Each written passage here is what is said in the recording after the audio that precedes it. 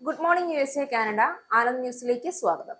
ഇന്ത്യക്കാർക്ക് US വിസയ്ക്ക് കടമ്പകളേറെ. Indian പൗരന്മാർക്ക് US വിസ നേടാനുള്ള നടപടിക്രമങ്ങൾ കൂടുതൽ കർശനമാക്കി US സർക്കാർ.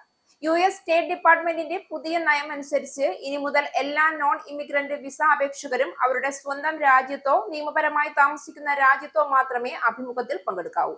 മറ്റു രാജ്യങ്ങളിൽ നിന്നും അഭിമുഖങ്ങളിൽ പങ്കെടുക്കാൻ ഇവർക്ക് അനുവാദമുണ്ടാകില്ല. ഇതുവരെ പല ഇന്ത്യൻ പൗരന്മാരും സിംഗപ്പൂർ, ജർമ്മനി, തായ്ലൻഡ് തുടങ്ങിയ രാജ്യങ്ങളിൽ B1, B2 വിസകൾക്ക് വേഗത്തിൽ അപ്പോയിന്റ്മെന്റ് നേടാറുണ്ടായിരുന്നു. പുതിയ നിയമം ഈ രീതിക്ക് തടസ്സമുണ്ടാക്കും. ഇന്ത്യയിൽ നിലവിൽ വിസ അപ്പോയിന്റ്മെന്റ് ലഭിക്കാൻ 3.5 മാസം മുതൽ 9 മാസം വരെയാണ് കാത്തിരിപ്പ് സമയം. ഈ പുതിയ നയം കാരണം ഇന്ത്യയിലെ വിസ ലഭിക്കാനുള്ള കാലതാമസം ഇനിയും വർദ്ധിക്കുമെന്ന് വ്യവസായ വിദഗ്ധർ മുന്നറിയിപ്പ് നൽകുന്നു. അത് ട്രംപ് അറിഞ്ഞു തന്നെ. ഖത്തറിൽ ആക്രമണം നടത്തിയത് US പ്രസിഡന്റ് ഡൊണാൾഡ് ട്രംപിന്റെ അനുമതിയോടെയാണ് എന്ന് റിപ്പോർട്ട്. ഖത്തറിലെ ഖത്താറയിൽ ആക്രമണം നടത്തിയതായി ഇസ്രായേൽ പ്രതിരോധ സേനയും ഇസ്രായേലി സുരക്ഷാ ഏജൻസിയും സ്ഥിരീകരിച്ചു. ഹമാസിന്റെ ഉന്നത നേതാക്കളെ ലക്ഷ്യം വെച്ചുള്ള ആക്രമണമാണ് നടത്തിയത് എന്നാണ് വിവരം. ആക്രമണത്തിൽ 6 പേർ കൊല്ലപ്പെട്ടതായും എന്നാൽ ഹമാസ് നേതാക്കൾ സുരക്ഷിതരാണ് എന്നും ഹമാസ് പ്രതികരിച്ചു. ഒക്ടോബർ 7 ആക്രമണങ്ങൾ ഉൾപ്പെടെ ഇസ്രായേലിനെതിരെയുള്ള പ്രവർത്തനങ്ങൾ ആസൂത്രണം ചെയ്യുന്നതിൽ ലക്ഷ്യമിട്ട ഹമാസ് നേതാക്കൾക്ക് പങ്കുണ്ട് എന്നാണ് ഇസ്രായേൽ ആരോപണം. ഖത്തറിലെ ഹമാസ് നേതൃത്വത്തിനെതിരെയുള്ള ആക്രമണത്തിന് US പ്രസിഡന്റ് ഡൊണാൾഡ് ട്രംപ് അംഗീകാരം നൽകിയതായി ഇസ്രായേൽ ഉദ്യോഗസ്ഥരെ ഉദ്ധരിച്ച് ഇസ്രായേലി ചാനൽ 12 റിപ്പോർട്ട് ചെയ്തു. ഖലീൽ അൽ ഹയ്യ, സാലിഹ് അൽ അരൂരി, ഡെപ്യൂട്ടി സഹർ ജബാരിൻ എന്നിവരുൾപ്പെടെ ഹമാസിന്റെ ഉന്നത നേതാക്കളെ ലക്ഷ്യമിട്ടാണ് ആക്രമണം നടത്തിയതെന്നും റിപ്പോർട്ടിൽ പറയുന്നു. ചെയ്തത് തെറ്റ്, ഇസ്രായേലിനെ വിമർശിച്ച് US. അമേരിക്കയുടെ സഖ്യകക്ഷിയായ ഖത്തറിന്റെ പ്രദേശത്തിനുള്ളിൽ ഹമാസ് നേതാക്കളെ ലക്ഷ്യമിട്ടതിന് ട്രംപ് ഭരണകൂടം ഇസ്രായേലിനെ വിമർശിച്ചു. White House press secretary Karoline Leavitt ഖത്തറിനെതിരായ ആക്രമണത്തിൽ US ഭരണകൂടത്തിന്റെ നിലപാട് വ്യക്തമാക്കി.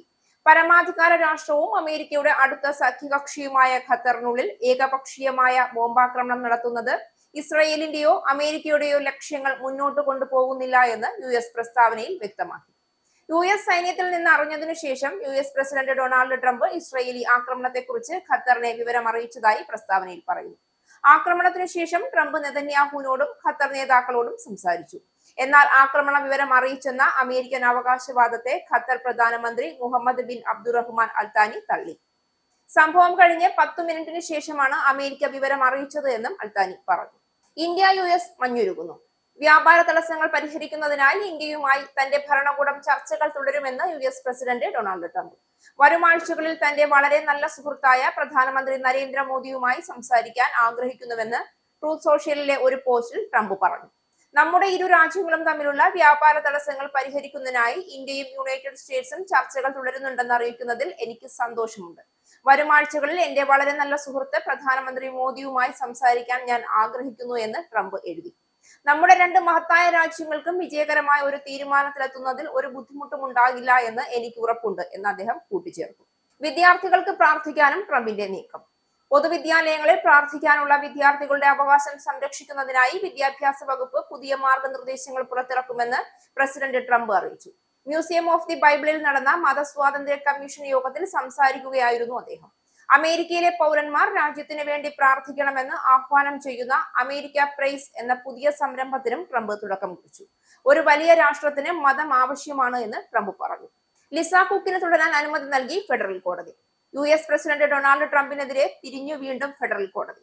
ഡൊണാൾഡ് ട്രംപ് തന്നെ പുറത്താക്കാൻ ഉത്തരവിട്ട ഫെഡറൽ റിസർവ് ബോർഡ് അംഗം ലിസ കുക്കിന് തൻ സ്ഥാനത്ത് തുടരാമെന്ന് വിധിച്ച് ഫെഡറൽ കോടതി. തന്നെ ഉടനടി പിരിച്ചുവിടാനുള്ള ട്രംപിന്റെ ശ്രമത്തിനെതിരെ താൽക്കാലിക നിരോധന ഉത്തരവ് ഏർപ്പെടുത്താൻ ലിസ കുക്ക് US ജില്ലാ ജഡ്ജി ജിയ കോബിനോട് ആവശ്യപ്പെട്ടു. ലിസയോട് തൽസ്ഥാനത്ത് തുടരാൻ കോടതി അനുമതി നൽകുകയും ചെയ്തു. സ്ഥിരീകരിക്കാത്ത മോർട്ട്ഗേജ് തട്ടിപ്പ് ആരോപണങ്ങൾ ചൂണ്ടിക്കാട്ടി US പ്രസിഡന്റ് തന്നെ പുറത്താക്കാൻ ശ്രമിക്കുകയാണ് എന്ന് കുക്ക് കോടതിയെ അറിയിച്ചിരുന്നു. ഫെഡ് ഗവർണർമാരെ പുറത്താക്കാനും പകരക്കാരെ നിയമിക്കാനും ട്രംപിന് കഴിയുമെന്ന് ഭരണകൂടം വാദിച്ചത് കോടതി മുഖവിലക്കെടുത്തില്ല. ന്യൂ മെക്സിക്കോ ഇനി സൗജന്യ ശിശു സംരക്ഷണ സംസ്ഥാനം. നവംബർ 1 മുതൽ എല്ലാ താമസക്കാർക്കും സൗജന്യ ശിശു സംരക്ഷണ സംസ്ഥാനം ഉറപ്പു നൽകുവാൻ പദ്ധതിയുമായി ന്യൂ മെക്സിക്കോ. 10,000-കണക്കിന് ആളുകളെ ദാരിദ്ര്യത്തിൽ നിന്ന് കരകയറ്റാൻ സഹായിച്ച നിലവിലുള്ള ഒരു പദ്ധതിയുടെ വിപുലീകരണമായി ന്യൂ മെക്സിക്കോ ഈ ആഴ്ച പ്രഖ്യാപിക്കുമെന്ന് ഗവർണർ മിഷേൽ ലുജാൻ ഗ്രിഷാം അറിയിച്ചു. ഇതിനെ ഒരു പുതിയ മുന്നേറ്റമെന്ന് ഗവർണറുടെ ഓഫീസ് വിശേഷിപ്പിച്ചു. കുടുംബസ്ഥിരത, തൊഴിൽ ശക്തി, പങ്കാളിത്തം, ന്യൂ മെക്സിക്കോയുടെ ഭാവി അഭിവൃദ്ധി എന്നിവയ്ക്ക് ശിശു സംരക്ഷണം അത്യാവശ്യമാണ് എന്ന് ലുജാൻ ഗ്രിഷാം ഒരു പ്രസ്താവനയിൽ പറഞ്ഞു. യുക്രൈൻ സ്വപ്നങ്ങൾ തകർത്ത പ്രതിയെ കടുത്ത ശിക്ഷ. കഴിഞ്ഞ മാസം നോർത്ത് കരോലിനയിൽ കമ്മ്യൂട്ടർ ട്രെയിനിൽ വെച്ച് ഉക്രൈനിയൻ അഭയാർത്ഥിയെ കുത്തിക്കൊലപ്പെടുത്തിയ കേസിൽ ക്രിമിനൽ പശ്ചാത്തലമുള്ള പ്രതിക്ക് വധശിക്ഷ ലഭിക്കാവുന്ന ഫെഡറൽ കുറ്റകൃത്യം ചുമത്തി നീതിന്യായ വകുപ്പ്. 14 ക്രിമിനൽ അറസ്റ്റുകൾ ഉണ്ടായിട്ടും ഡെക്കാർലോസ് ബ്രൗൺ ജൂനിയർ തെരുവിലിറങ്ങിയത് എന്തുകൊണ്ടാണെന്ന ചോദ്യങ്ങൾ വർദ്ധിച്ചു വരുന്ന സാഹചര്യത്തിലാണ് ഫെഡറൽ കുറ്റം ചുമത്തിയിരിക്കുന്നത്. 23-കാരിയായ ഐറിന സുൽസ്കയാണ് ഒരു മാസം മുൻപ് പ്രതി ആക്രമിച്ചത്. യുദ്ധത്തിൽ നിന്ന് രക്ഷപ്പെടാൻ യുഎസിലേക്ക് വരുന്നതിന് മുൻപ് സറുൽസ്ക ഉക്രൈനിലെ ഒരു ബോംബ് ഷെൽട്ടറിൽ താമസിക്കുകയായിരുന്നു എന്ന് ബന്ധുക്കൾ പറഞ്ഞു. ഈ ന്യൂസ് ബുള്ളറ്റിൻ അവസാനിച്ചു. നന്ദി.